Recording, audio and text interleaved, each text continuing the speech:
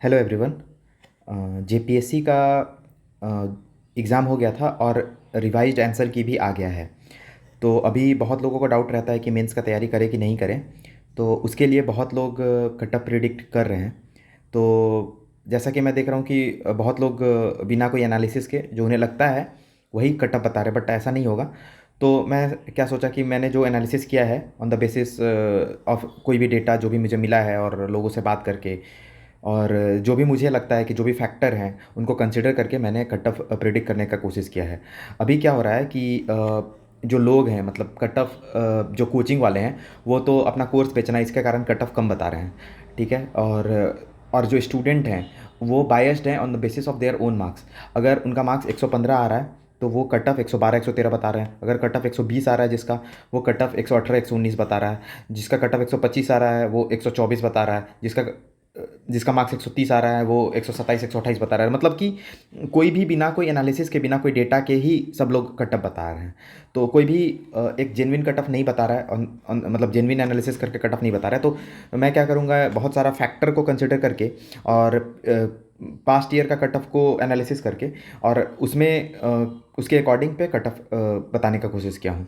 तो यहाँ पे हम क्या करेंगे कि प्रीवियस ईयर का जो भी कट ऑफ था उसमें बहुत सारा फैक्टर को कंसिडर करेंगे, और जो फैक्टर कट ऑफ को बढ़ाने वाला है उनको ऐड करेंगे, और जो फैक्टर कट ऑफ को कम करवाने वाला है उसको माइनस करके, और फिर फाइनल कट ऑफ को निकालने की कोशिश करेंगे। तो अभी कंपैरिजन करते हैं 2021 वाला जेपीएससी का और 2024 वाला जेपीएससी का। तो इसमें बहुत सारा चेंज है, जैसे कि अभी सीट ज़्यादा है, number of student come appear हुए हैं। ठीक है। और क्वेश्चन का डिफिकल्टी लेवल और भी बहुत सारा फैक्टर है। तो एक एक करके सारा फैक्टर को देखते हैं। तो सबसे पहले क्या होता है, सबसे पहले पिछले बार का कट ऑफ को देखते हैं। ठीक है। तो पिछले बार जेपीएससी का पहला जो कट ऑफ आया था वो 130 क्वेश्चन आया था, मतलब 260 मार्क्स। ठीक है। जिसमें से 4000 स्टूडेंट लगभग सेलेक्ट हुए थे। उसके बाद क्या हुआ था कि थोड़े टाइम के बाद जेपीएससी ने अपना कुछ और स्टूडेंट को सेलेक्ट करके और कट ऑफ को कम कर दिया था। तो उसमें उसके बाद जो रिवाइज्ड कट ऑफ आया था वो 124 क्वेश्चन आया था। ठीक है।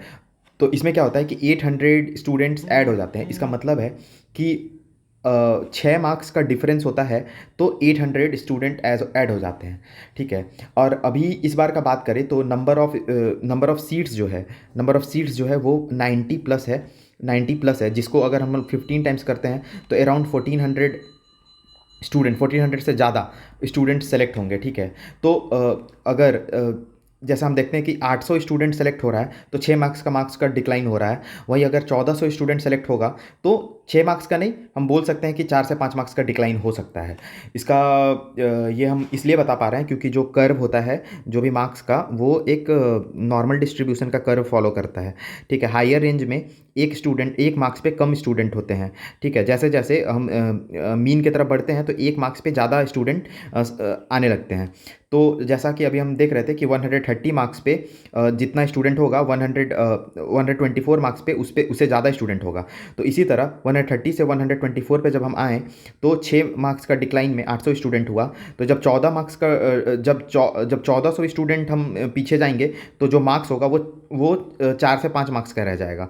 तो इसके कारण हम इस फैक्टर को कंसिडर करते हुए यहाँ पे हम इस कंक्लूजन पे पहुँचते हैं कि इससे जो है वो -4, मतलब कट ऑफ जो है, अगर पिछले बार 6000 लड़कों को लिया जाता तो कट ऑफ जो है वो 4 नंबर कम हो जाता। मतलब पिछले बार ही अगर इस बार के जितना सीट होता तो कट ऑफ 120 जाता, 120 से कम जाता। बट मैं कंजर्वेटिव फिगर को कंसिडर करते हुए अगर वैसा होता तो कट ऑफ 120 जाता। ठीक है। तो ये हुआ पहला फैक्टर।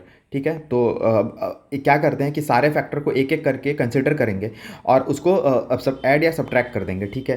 तो सबसे पहला फैक्टर जो है वो है सीट फैक्टर। तो सीट फैक्टर का मैंने एनालिसिस करके मैं ये कंक्लूजन पे आता हूँ कि अगर सीट जो बढ़ा है उसके कारण कट ऑफ जो है वो 4 मार्क्स तक कम हो जाएगा।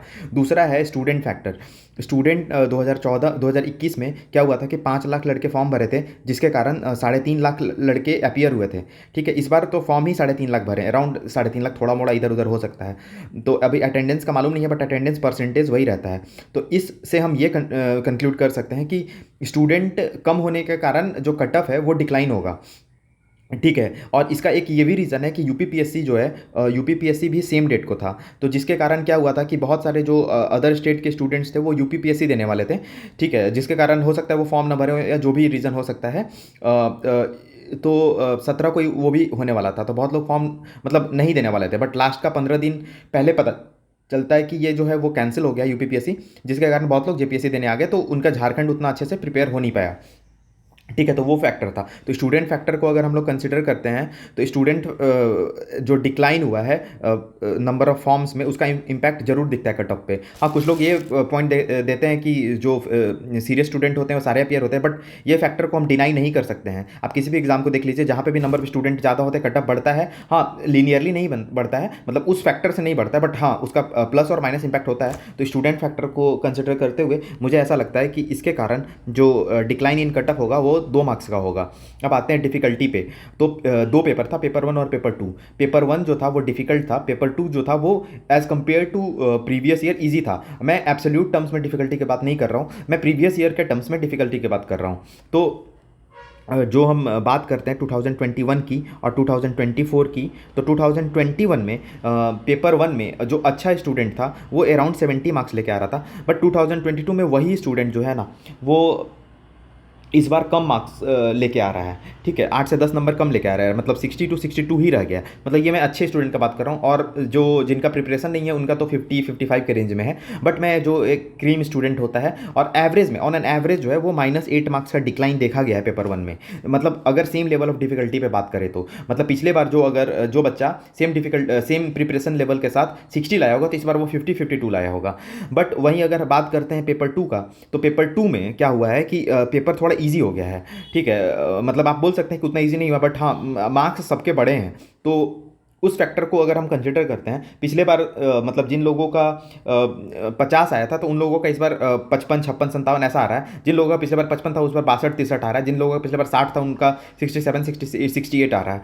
तो ये 8 और 9 मार्क्स है, और यहाँ पे जो है वो 6 से 7 मार्क्स का प्लस हुआ है। ठीक है, तो ये दोनों को हम अगर ये करते हैं, कंबाइन करते हैं, तो ओवरऑल डिफिकल्टी के कारण जो है वो -2 मार्क्स का डिक्लाइन हम लोगों को देखने को मिलता है।